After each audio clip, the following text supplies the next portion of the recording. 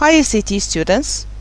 Today we'll start a series of grammar sessions for SAT, ACT, EST students. We will start from the scratch till we reach the advanced level. So let's start. أول حاجة هنبتدي بيها هي phrase. What is the phrase?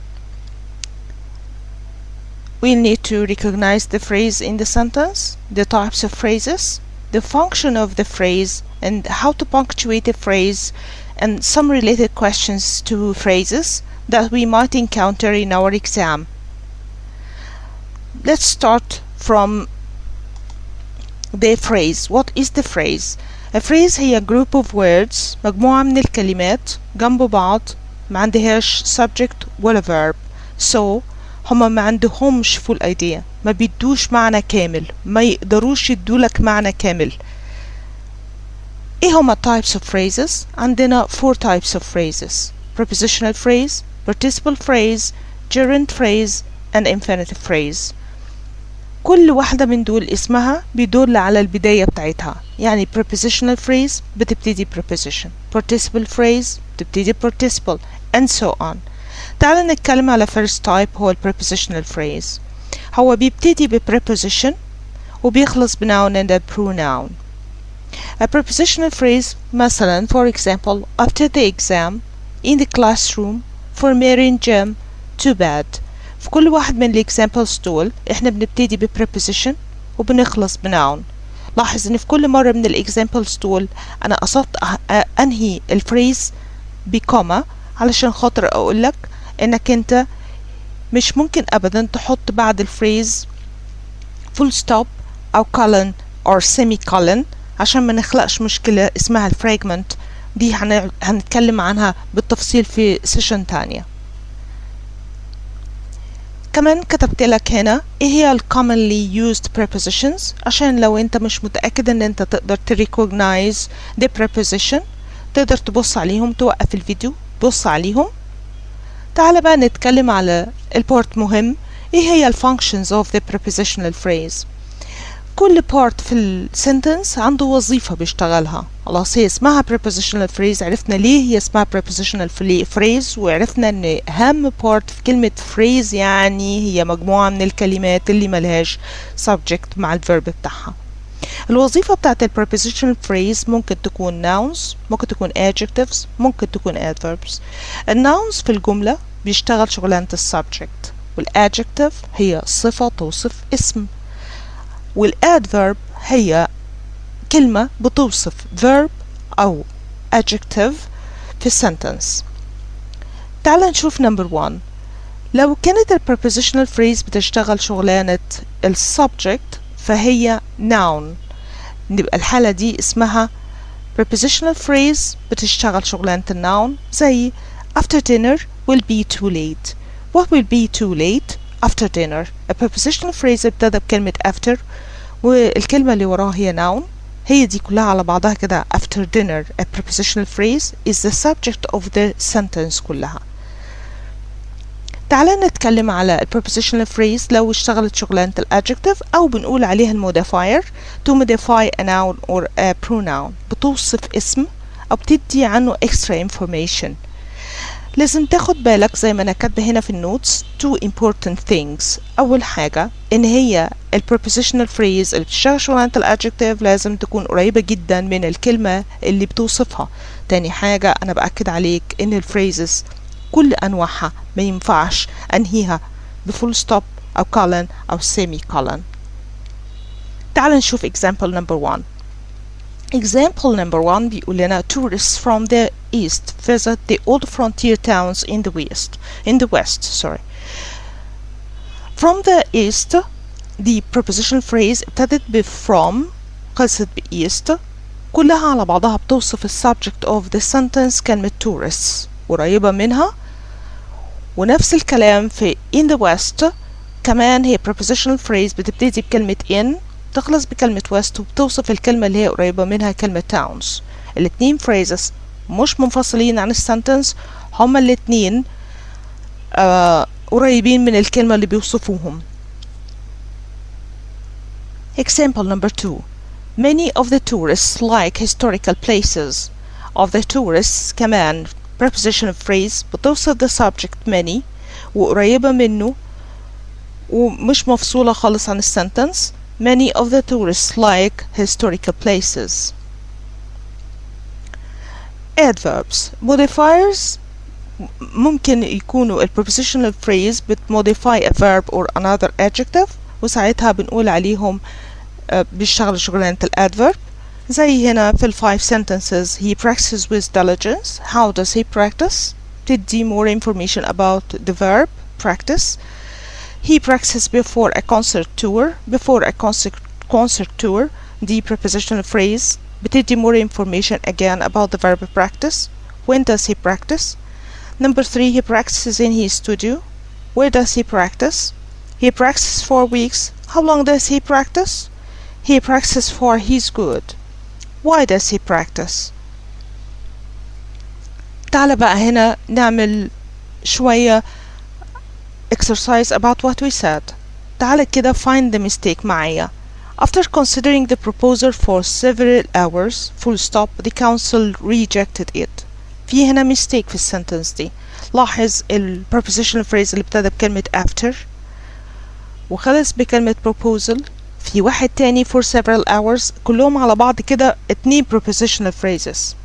في هنا مشكلة ان انا حطيت وراهم full stop فدي فيها مشكلة. يا ريت تحاول تصلح المشكلة. تعال نشوف number 2.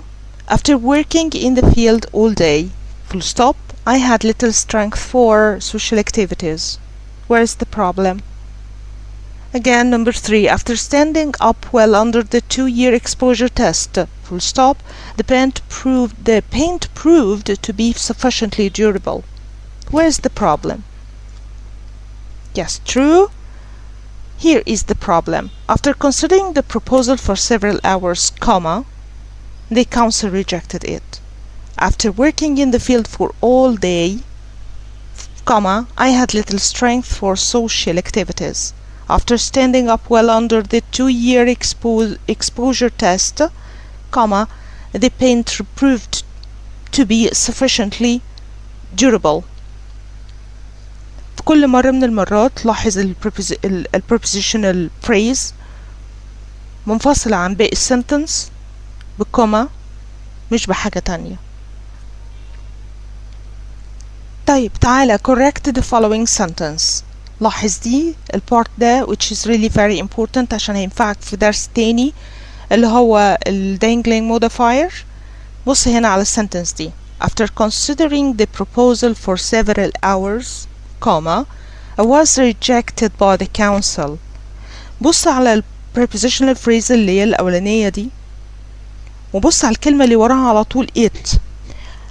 هل ينفع it دي عايدة على ال proposal؟ هل ينفع ال proposal يعمل considering لنفسه؟ أكيد لأ، أكيد في حاجة غلط. طيب ال prepositional phrase دي عشان تيجي تموديفاي الورد اللي بعدها على طول لازم كلمة it دي تتغير، لازم نفكر نغيرها، نشوف هي بتوصف ايه ونحط الاسم اللي هي بتوصفه بعدها على طول. فكر. تعال نشوف example number 2. After working in the field all day, comma, little strength was left for social activities. بعد لما اشتغلت طول اليوم في الفيلد little strength هو مين؟ هو little strength بيشتغل في الفيلد all day؟ أكيد لأ. يبقى البارت الأولاني مش بيوصف الكلمة اللي بعده على طول، فأنا محتاجة أشيل الكلمة اللي بعده دي على طول وأشوف الفريز دي ممكن توصف أنهي كلمة وأحطها بعده على طول عشان ما يبقاش في dangling modifier. هفكر وقول. تعال نشوف sentence number 3. After standing up well under the 2-year exposure test, comma, the manufacturers were convinced that the paint was sufficiently durable. Again, مين اللي عمل standing well under the 2-year exposure test؟ مين اللي عدى بالتست سنتين؟ المانيفاكتشرز المصنعين ولا البينت؟ ما تنفعش الفريز دي توصف الكلمة اللي بعدها على طول اللي هي المانيفاكتشرز، فلازم بعد الفريز دي على طول أجيب الكلمة اللي ينفع توصفها. هنحلها ازاي؟ Number 4. The students deserved the severe reprimand they received for their misbehavior in the cafeteria in the principal's office on Monday. شايف إيه in the principal's office prepositional phrase المفروض جاي توصف الكلمة اللي قبلها على طول كلمة cafeteria. هو الكافيتيريا موجود فيها principal's office ولا كلمة ولا الفريز بتاعت in the principal's office دي مش محطوطة في مكانها؟ تفتكر تتحط فين في السنتنس عشان أصلح dangling modifier أو misplaced modifier؟ هنا هو مش محطوط في مكانه صح، فده misplaced modifier. طيب question number 5. Mary said during the meeting Joe acted like a fool. شايف during the meeting prepositional phrase جاي بيوصف حاجتين. هي ماري قالت كده during the meeting ولا ماري قالت ان جو acted like a fool during the meeting؟ يعني هو acted like a fool during the meeting ولا during the meeting ماري قالت الكلام ده؟ فهنا الموديفاير ده اللي هو during the meeting جاي modify two verbs، فده ما ينفعش، لازم يتحط جنب الكلمة اللي هو بيوصفها بالظبط. هلا نشوف نحل المشكلة دي ازاي. ممكن توقف الفيديو، تحاول تجيب ورقة وقلم تصلح السنتنسز دي وتبص على الانسرز. تعال نشوف الانسر. أول واحدة after considering the proposal for several hours. مين بيconsider a proposal for several hours؟ مين قاعد يفكر في العرض لساعات طويلة؟ هو الكونسل. فأقول after considering the proposal for several hours the council rejected it. Number 2 after working in the field all day. مين اشتغل في الفيلد all day؟ أنا. I had little strength for social activities.